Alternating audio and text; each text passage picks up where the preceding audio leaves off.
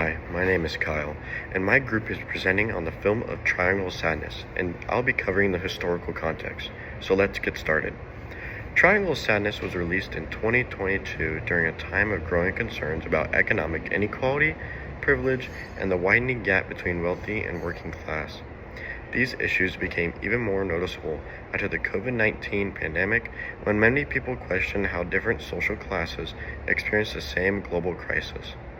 The film also reflects the rise of social media and influence culture through its main characters, Carl and Yaya.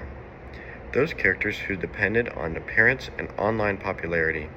Director Ruben Östlund uses the luxury yacht and the deserted island to satirize capitalism and challenge traditional ideas about power. When the wealthy lose their status over the shipwreck, the film suggests that power often depends on circumstance rather than merit. Overall, Triangle of Sadness reflects on the social and economic concerns of the early 2020s while criticizing wealth, consumer culture, and class inequality. Thank you. Hello, my name is Nevaeh Bernhardt, and I will be talking about the film industry context and the contemporary's critical reaction of Triangle of Sadness. Triangle of Sadness was released in 2022 when the film industry was still recovering from the COVID-19 pandemic. Movie theaters had reopened, but streaming services had become more popular than ever, so studios were trying to decide the best way to release new films. At the same time, while blockbuster franchises continued to dominate the box office, there was also growing recognition for original films that took creative risk and focused on meaningful storytelling. Film festivals like Cannes also became increasingly important for giving independent international films the opportunity to reach larger audiences. Triangle of Sadness fit that trend perfectly. Rather than relying on action or heavy visual effects, it uses satire and dark comedy to criticize wealth, power, and social class.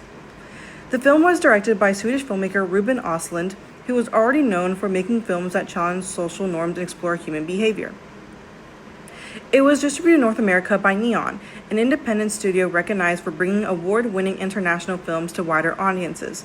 Neon's support helped the film gain attention after its success at major film festivals and introduced it to audiences who may not have otherwise seen an international satirical film.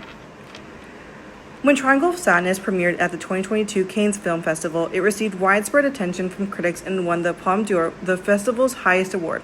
This was especially significant because it was Östlund's second Palme d'Or, making him one of only a few directors to win the award twice. Winning the Palme d'Or immediately established the film as one of the most anticipated international releases of the year. After its wider release, critics praised the film's sharp satire, dark humor, and commentary on wealth and privilege. Many reviewers also highlighted Dolly de Leon's breakout performance and Östlund's direction, saying the film balanced comedy with uncomfortable social criticism. However, not everyone loved it. Some critics felt the nearly 2.5-hour runtime was too long and believed that parts of the satire became repetitive. Even with those critics, most agreed that it was one of the most memorable and conversation starting films of the year. Its success continued during award season, earning Academy Award nominations for Best Picture, Best Director, and Best Original Screenplay. Overall, Triangle of Sadness was recognized as one of the most original films of 2022. Whether audiences loved or disliked it, the film sparked conversations about class, privilege, and power, which is one of the reasons it continues to be discussed today. Okay, so I just wanted to give a little bit of a content warning for my film, Triangle of Sadness. This film isn't directly very gruesome or anything, but there are just a few things, including bodily fluids. There's a scene where someone is throwing up over the side of a boat because they're seasick, so like if you have emetophobia, this might not be for you.